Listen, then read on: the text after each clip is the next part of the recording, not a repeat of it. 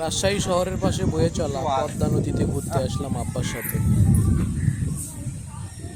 বাতাস তো সেই, একটু আগে বললা না যে বৃষ্টি নামবে, বাস্তবে তো এটাই ঘটতেছে এখন।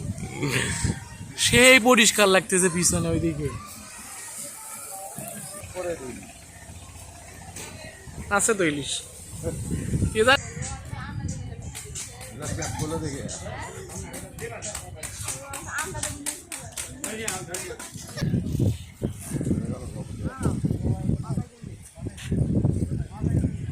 ভঙ্গে পড়লে কিছুই হওয়া লাগে তবে এর থেকে পারো আমি এটা করে নদী পাওয়ালো মুখোমুখি যাওয়া পাওয়ালো।